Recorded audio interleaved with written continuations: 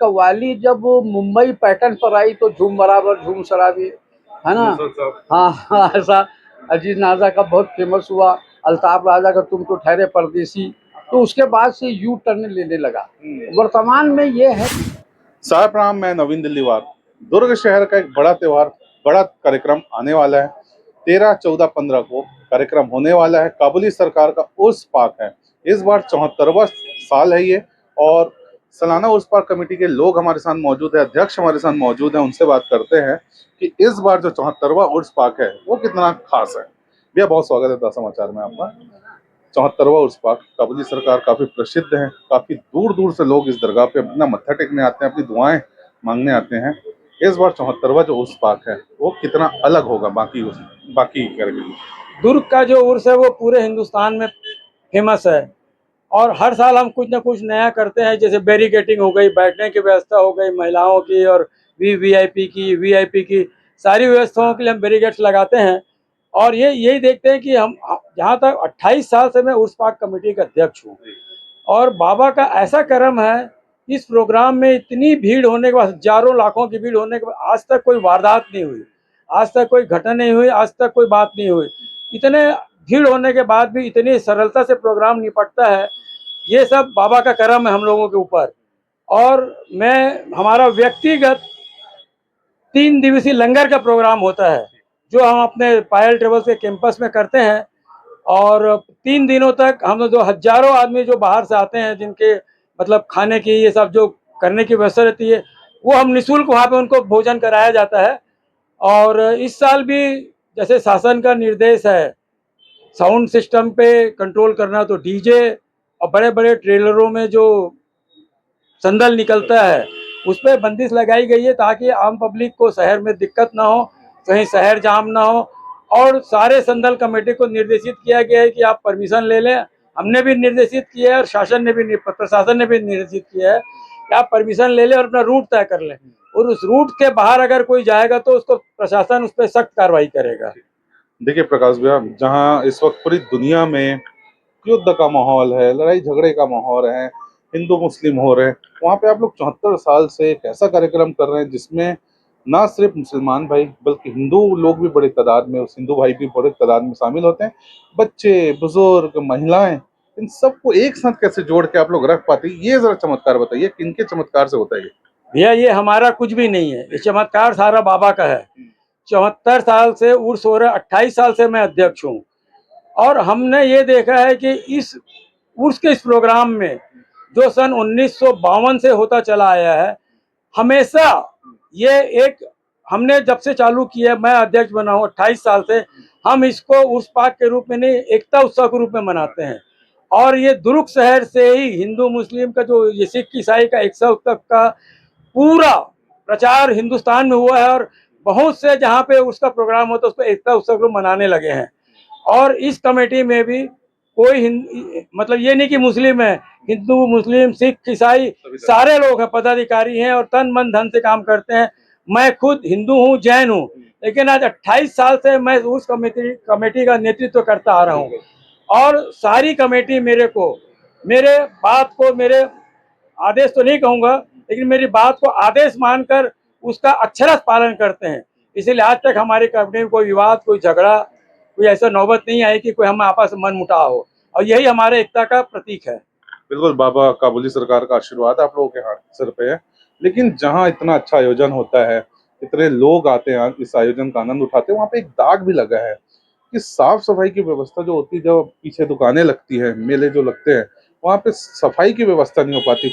अब इसमें निगम की कमी माने, या आयोजनकर्ता आप लोगों की कमेटी की कमी माने, या दुकानदारों की लापरवाही माने, इस बार वो चीजें ना हो, इसको कैसे ध्यान में रखेंगे? भाई हमने इस बार भी सबको आह्वान किया है, दुकान वालों को भी, अभी हम दुकान काटे हैं तो बोलेंगे कि सुबह जब भी अपनी दुकान उठाएं तो पूरा साफ सफाई करके उठाएं। और हमारे कमेटी की तरफ से भी 14-15 लेबर लगी रहती है साफ सफाई के लिए।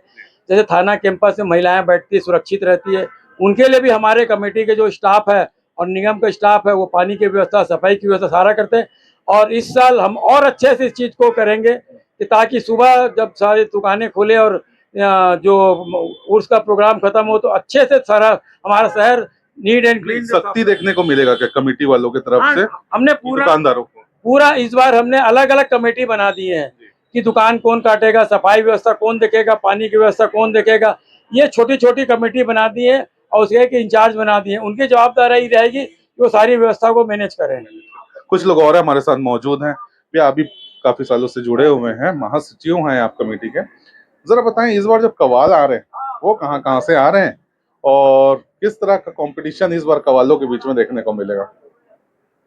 दुर्ग शहर में बाबा अब्दुल रहमान शाह काबली का उस मुबारकपुर हिंदुस्तान में मायनार कव्वालों को, इंटरनेशनल या नेशनल कव्वालों को आमंत्रित करने में उपलब्धि हासिल किया हुआ है।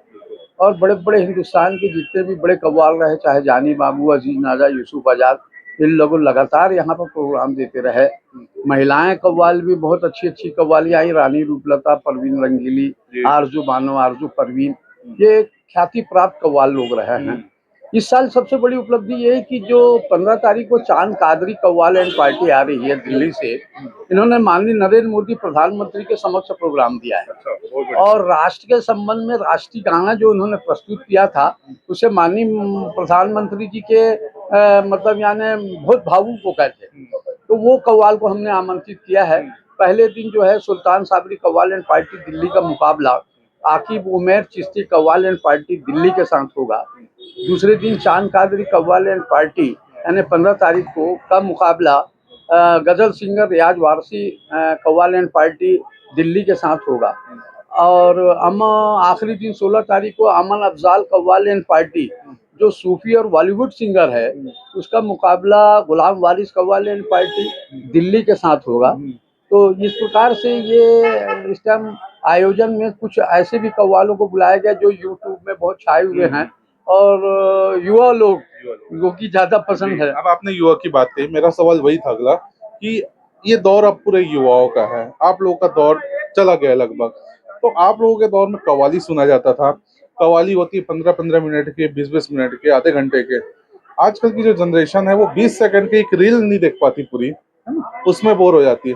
तो कैसे बांध के आप लोग अभी तक रख पाए हैं और आगे भविष्य में ये जो कव्वाली हो रही है ये नदारद ना हो जाए, इसको आप लोग कैसे संभालेंगे? अपने आने वाले जनरेशन को क्या समझाएंगे, ये बताएं। ये क्या है, कव्वाली जो है एक्चुअली में बना है मतलब इसका रूपांतर ये है कि कौली अली जो पहले पढ़ते थे पुराने लोग, वो बाद में कव्वाली हो गई। मगर कव्वाली जब मुंबई पैटर्न पर आई तो झूम बराबर झूम शराबी, है ना, हाँ ऐसा अजीज नाजा का बहुत फेमस हुआ, अल्ताफ राजा का तुम तो ठहरे परदेसी। तो उसके बाद से यू टर्न लेने लगा। वर्तमान में ये है कि सूफी जो सिंगर हैं वो वर्तमान इंस्ट्रूमेंट का उपयोग कर रहे हैं, इलेक्ट्रॉनिक, हाँ इलेक्ट्रॉनिक, उसका पूरा सेटअप रहता है उनका, और उसमें वो कव्वाली गाते हैं और ऐसी कव्वाली गाते हैं कि जिससे युवा लोग आकर्षित रहें। और उसमें उनको सफलता मिली है और सफलता मिलने की वजह से इसीलिए रईस अनीस और जुनैद सुल्तानी और तुम्हारे अमन अफजाल साबरी ये मकबूल इसीलिए हुए कि नए पैटर्न को, युवा पैटर्न को उन्होंने अपनाया और उसको इंस्ट्रूमेंट के साथ किया। तो देखेंगे आप कि लोग झूमते रहते हैं। कैसे संभालेंगे अपने इतने सालों से ये जो कव्वाली चलते आ रही है, क्योंकि कहीं ना कहीं नदारद होते जा रहा है कव्वाली, सीन से हटता जा रहा है, कैसे संभालेंगे इसको? क्या है, देखिए हम मनुष्य हैं और ईश्वर ने हमको यहाँ पैदा किया है, तो हमारे आत्मिक शांति भी होना हमको। एक आत्मा है जिसके चले जाने के बाद ये शरीर का कोई वैल्यू नहीं रहता, मृत प्राय हो जाता है, कोई काम का नहीं आता। कुछ तो है जो अंदर है, जो हमारी सांस चला रहा है। तो जो भक्ति वाले लोग रहते हैं और मनोवैज्ञानिक साइकोलॉजिकल आत्मिक शांति चाहते हैं, वो ऐसे फंक्शनों में आते हैं। एक आखिरी सवाल, काफी लोग जो आपके उर्स पाक कमेटी से जुड़े हुए हैं, जो सुनने आते हैं इस कार्यक्रम को, उनका मेरे से कहना था कि एक सवाल जरूर पूछेगा पाक कमेटी से कि इस बार जुनैद सुल्तानी को क्यों नहीं बुलाया है?